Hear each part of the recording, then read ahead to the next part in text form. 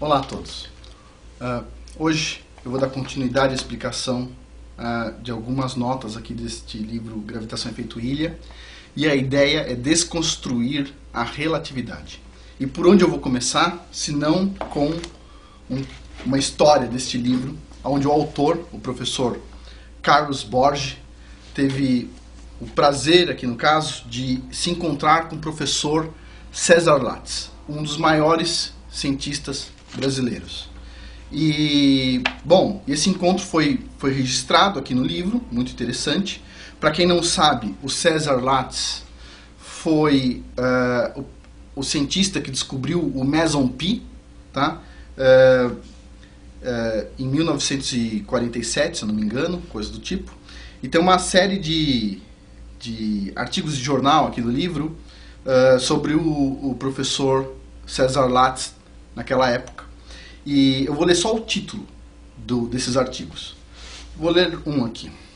Atribui-se excepcional importância à descoberta do físico brasileiro César Lattes no domínio atômico. Considerada o maior acontecimento científico dos últimos tempos, a produção artificial de mesons. Outra notícia. César Lattes de regresso ao Brasil. Esperado na última semana de dezembro, o famoso cientista brasileiro. Mais uma notícia.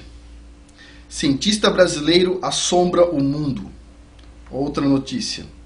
César Lattes produziu meson artificial em 9 dias de trabalho. A descoberta do jovem cientista brasileiro abriu caminho para a física ultranuclear. Mais uma. O povo e os estudantes receberam com vivas o descobridor do meson. Mais uma. Foi descoberta a produção artificial de mesons. Esse cientista, para vocês terem uma ideia da grandiosidade dele, tem uma plataforma do CNPq onde é cadastrado todos os pesquisadores brasileiros. Tem o cadastro, né?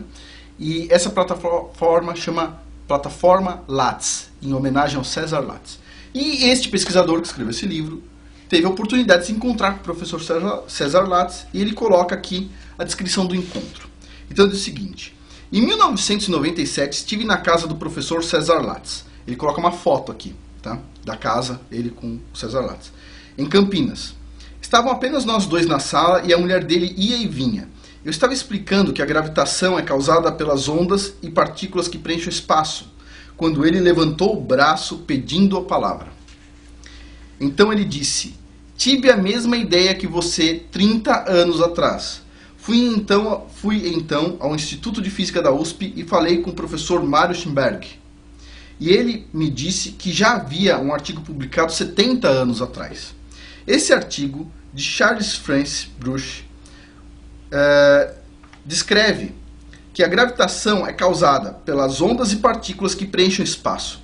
E ele publicou isso entre 1910 e 1929, nas melhores revistas científicas do mundo, incluindo Nature, Science e Physical Review. Depois disso, físicos e cientistas menos preparados acharam que a teoria da relatividade era a correta, e os trabalhos de Brush, Lesage e muitos outros foram esquecidos.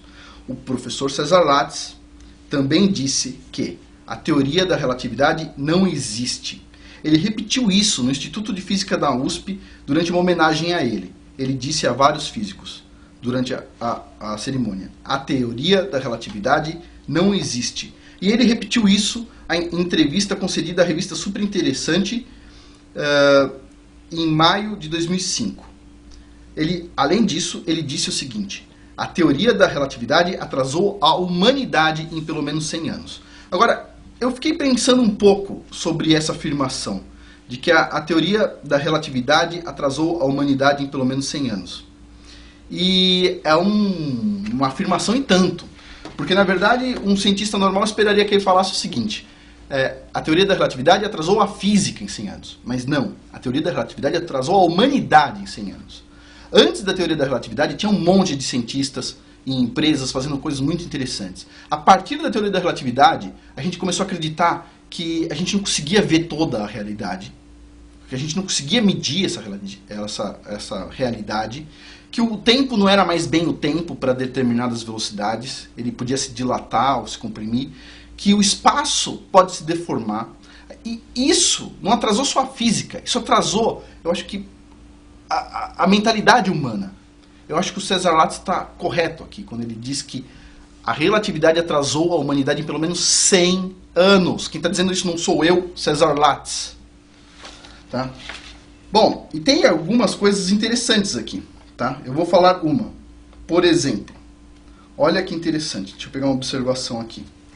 Ele diz o seguinte: é comum vermos em livros textos sobre a relatividade restrita, e também em salas de aulas, uma explicação em que um feixe de luz se move verticalmente no interior de um trem que passa em alta velocidade por uma estação, em relação à estação, e o raio se move obliquamente. A partir daí, deduz-se que a fórmula da correção relativística para o tempo, a chamada dilatação do tempo, isto é o que o relógio da estação adianta-se em relação ao relógio no interior do trem. Ele diz o seguinte: devo dizer que se fizermos o feixe se mover verticalmente na estação ao invés de dentro do trem, então ele se moverá obliquamente para o observador do trem. E neste caso a conclusão se inverte, isto é, o relógio que adianta passa a atrasar e vice-versa, o que torna totalmente inválida esta argumentação para falar sobre a dilatação ou compressão do tempo. Além disso, tem um pedaço aqui muito interessante que ele fala o seguinte. Ok.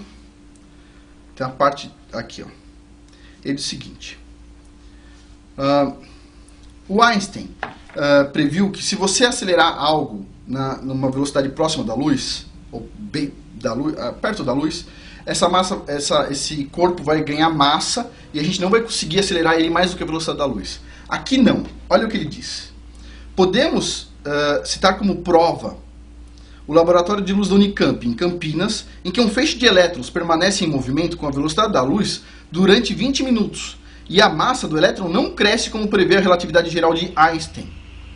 O desaparecimento da força é muito mais natural, pois como o campo elétrico se propaga à velocidade da luz, quando os elétrons atingem a velocidade da luz, o campo eletromagnético não consegue mais acelerar os elétrons, porque o campo eletromagnético tem a velocidade da luz. Ou seja, quando chega perto da velocidade da luz, o campo eletromagnético não consegue mais pôr força no elétron, para ele viajar mais rápido.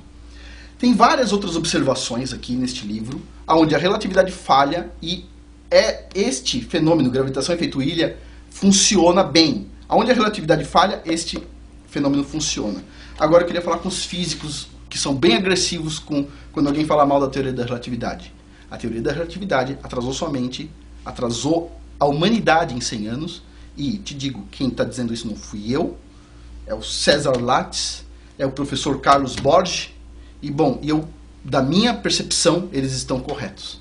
Então, assim, vamos estudar, a gente precisa aceitar novas teorias, e a gente precisa evoluir um pouco para tirar esse atraso que a gente teve. E, bom, é isso aí. Eu conto com a ajuda de todos para isso. Muito obrigado.